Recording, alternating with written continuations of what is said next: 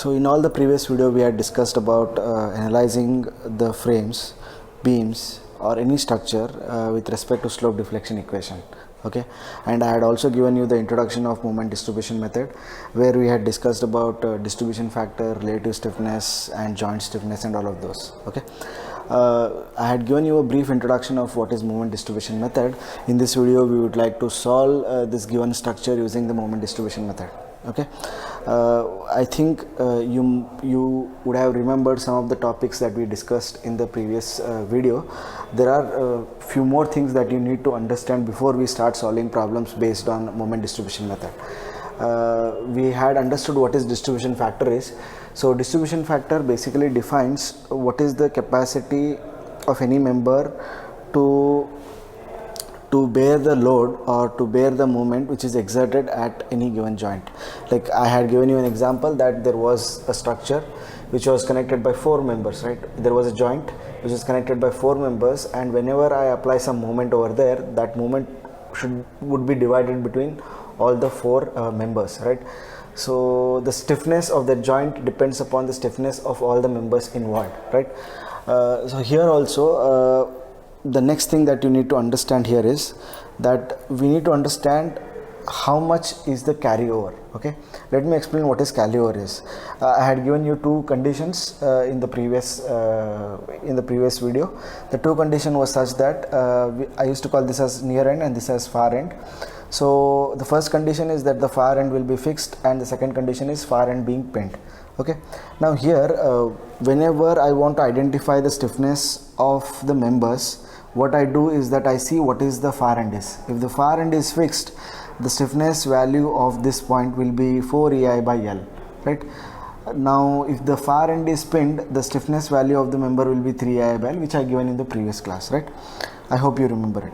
So in this case, in case of far end being fixed, if I apply some moment here, okay, if I apply some moment here, I had derived this equation in the first 2 classes. Okay, I hope you remember it. So there will be some amount of moment that will be carried over here. Okay, now for example, we had derived it and we found out if I apply a moment of 4 EI theta A divided by L, the moment that will be generated on the other side will be 2 EI theta A divided by L. Okay, if I consider 4 EI by L as moment, so momentum, the momentum is carried over to the other side, and what is the amount of moment that is carried over to the other side? It will be equal to m by 2, because it is 4 EI by L, this is 2 EI by L. It means what, half of this moment will be carried over to the fixed joint, okay, which is m by 2. So this is what your carryover is. Okay, whenever we apply some moment over here, half of the moment should be carried over to the far end side. Now this is our first case.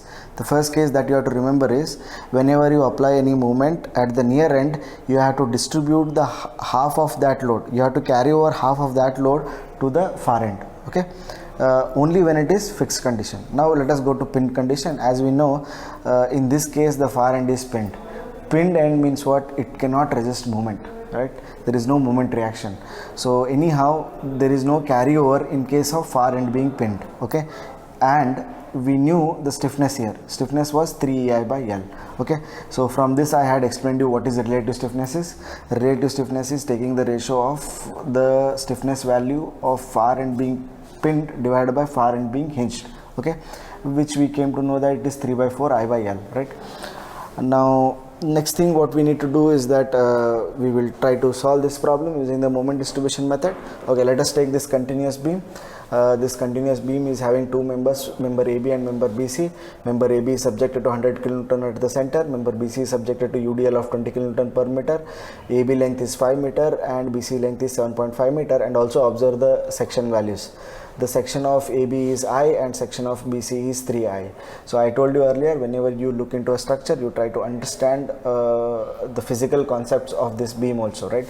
3 times of I, it means what? This section is 3 times greater than that of AB section. Okay, and the stiffness of any member basically depends on I itself, because I improvises the stiffness of any element. Okay, and also observe the length. The length of this member AB is less and the length of this member is high. It means what? The stiffness of this member will be higher, but as there is a greater length, the stiffness value will also get reduced because of the increase in length, okay, or the greater length, right? So you need to physically try to understand what are these values or these nomenclatures that try to represent you, okay. Anyhow, the next thing is to jump into solve this problem. First what we'll do is we will consider these two as fixed beam. Considering fixed beam, we can calculate how much is our fixed end moments. So I have calculated the fixed end moment, which is MFAB and MFBA. MFAB is calculated by using the equation that you know, WL divided by 8. W is 100, L is 5 meter. 100 into 5 divided by 8 will give you MFAB and MFBA. MFAB being negative and MFBA being positive, right? Similarly, we can solve for MFBC and MFCB, where MFBC is W into W into L square divided by 12, which is 20 into 7.5 square divided by 12 will give you MFBC and MFCB. MFBC being negative, MFCB being positive, which you already know, okay.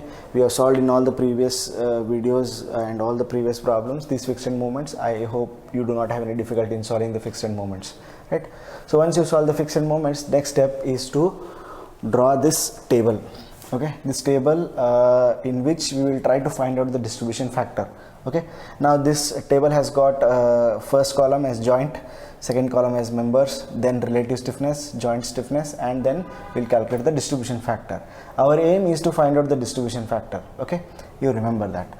Now before we draw this table, what we need to do is that we need to look into this given beam and identify which joint should be considered to calculate the distribution factor, okay. As I told you in the previous class, when there is a joint which is connected by more than one members, then only we will calculate the distribution factor.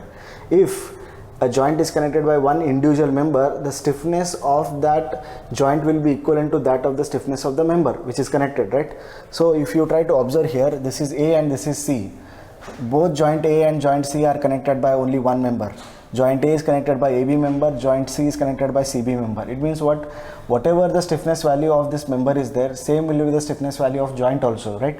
So that's why I would not consider joint A and joint C in my table, because their distribution value is already equal to 1, okay. So you need to forget them, okay. You need to forget member A and member C. Why?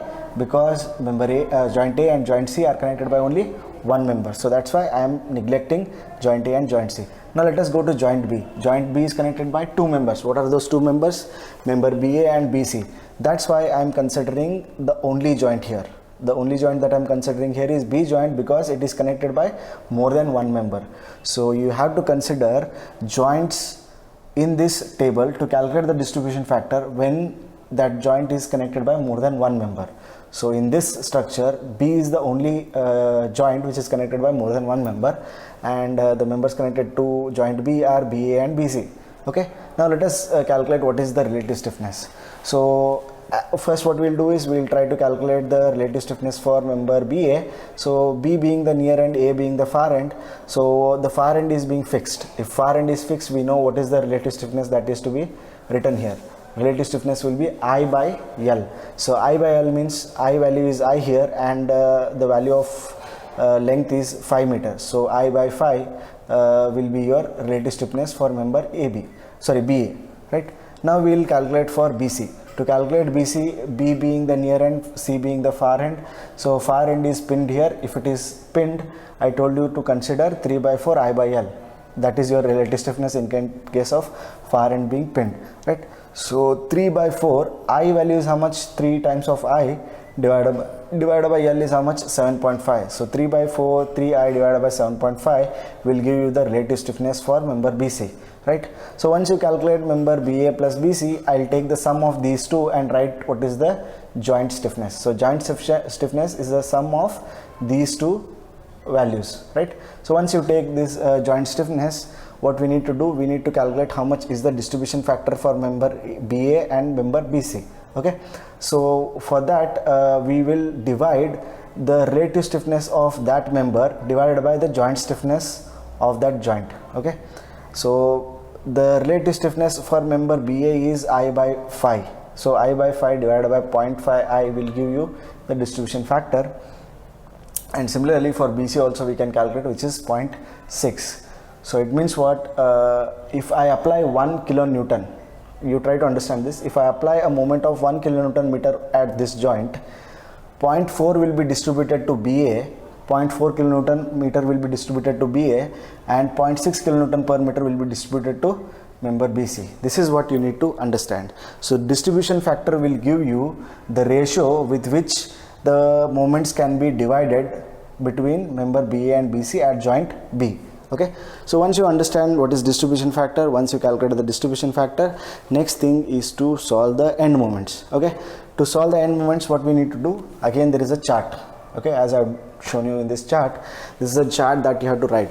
So the first row will be joints, after that the members that are connected at the joint, and then the distribution factors, then fixed end moments. Okay, now first let us go to the row joint. So here, while calculating the distribution factor, you might have neglected A and C. Okay, but while calculating the end moments, you have to consider both the joints. You just remember this. Okay, you try to understand the logic why there was no joint A and joint C being considered in this table. Why they have been not considered? Because there is no need to find out the distribution factor for joint A and joint C, because they are connected by only one member, right?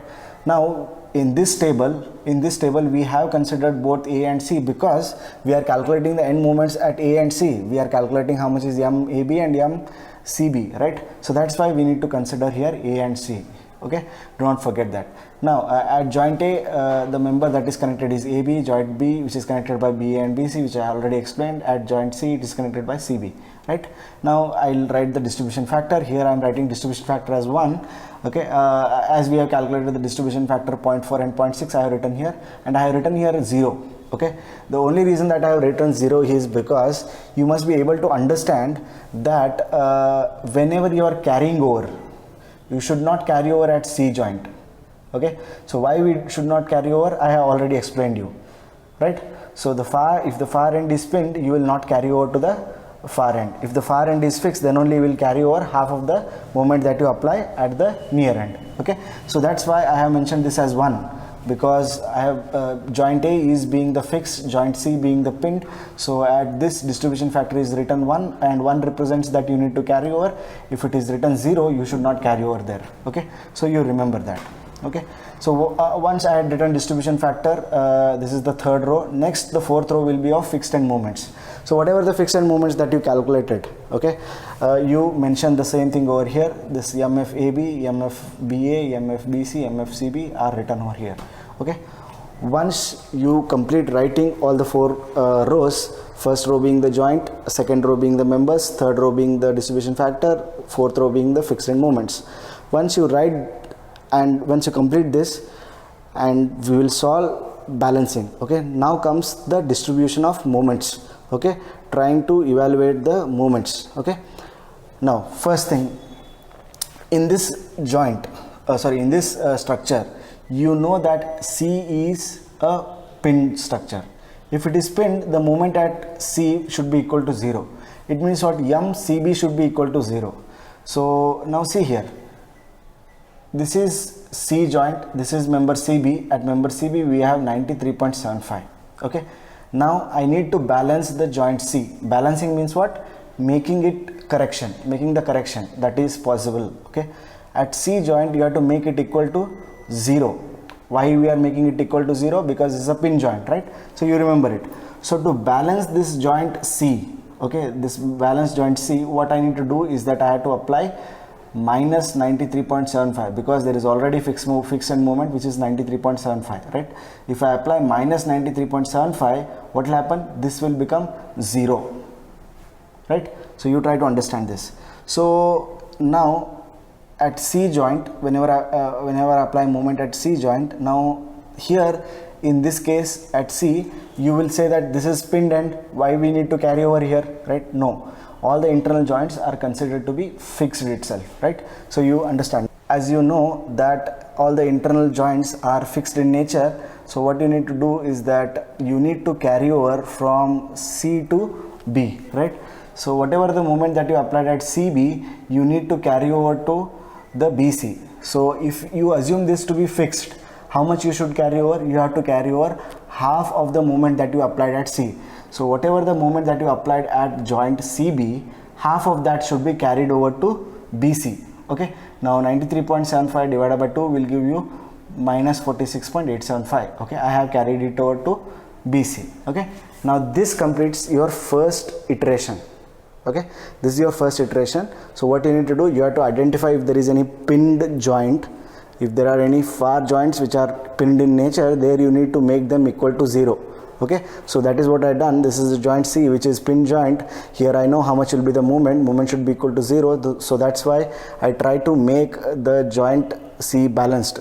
I made it balanced by applying a negative moment of minus 93.75, and by making this by applying minus 93.75, joint C will become 0. okay, now when I apply a moment of 93.75, I'll see the far end is an internal joints are fixed joints, so that's why I carried over half of the moment to BC. okay, so once you have done this, balancing is done, carryover is also done. Now this completes your first step, okay, or first iteration you can call. okay, next we can go to joint B.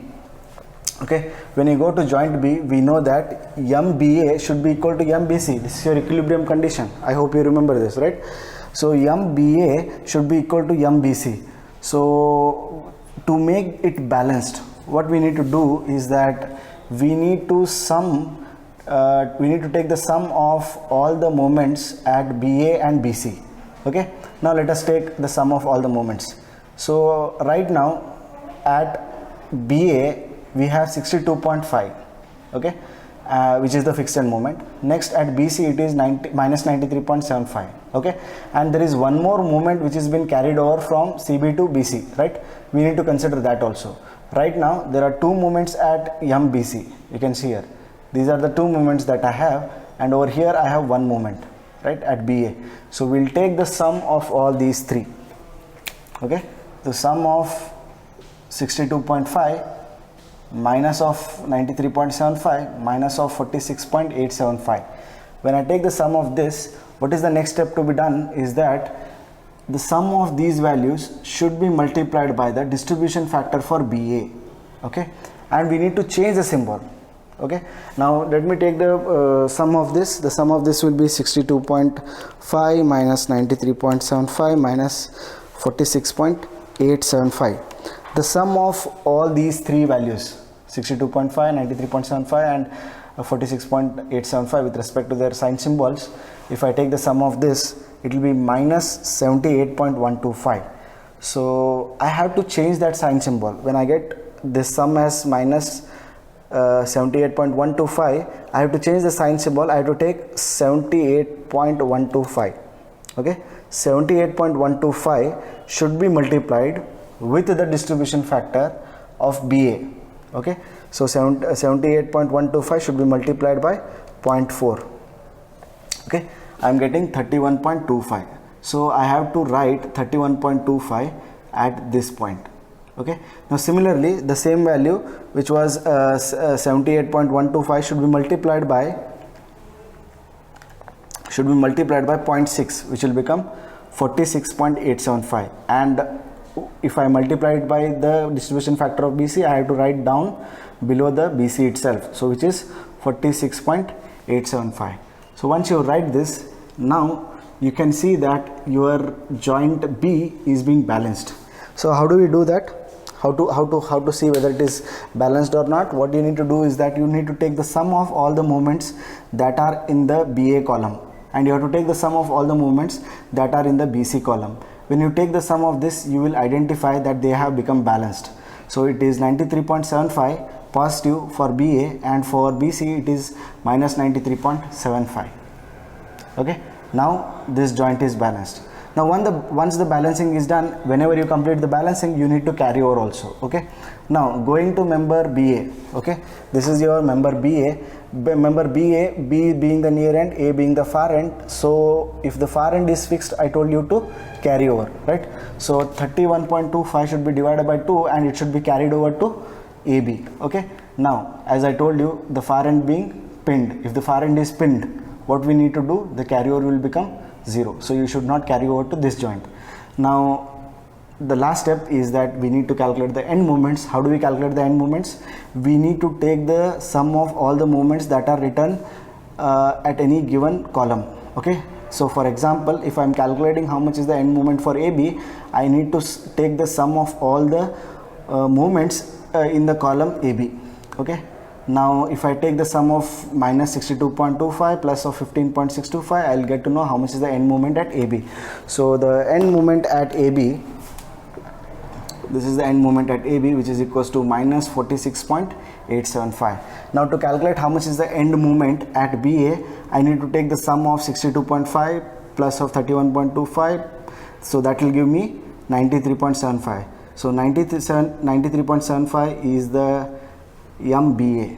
Okay, now similarly, let us take the sum of this. It will give me MBC and this will give me MCB.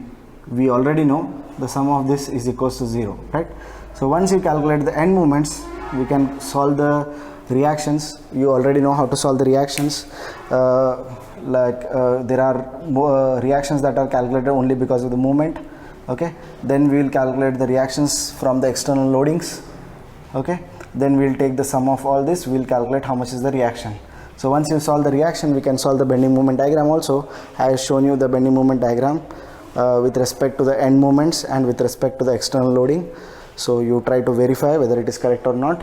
And I have not drawn the shear force diagram. You try to solve the shear force diagram also. Okay, now if you have any difficulty in solving this, you can message me, or if there is any step that you haven't understood, I would try to emphasize while explaining in the next problem.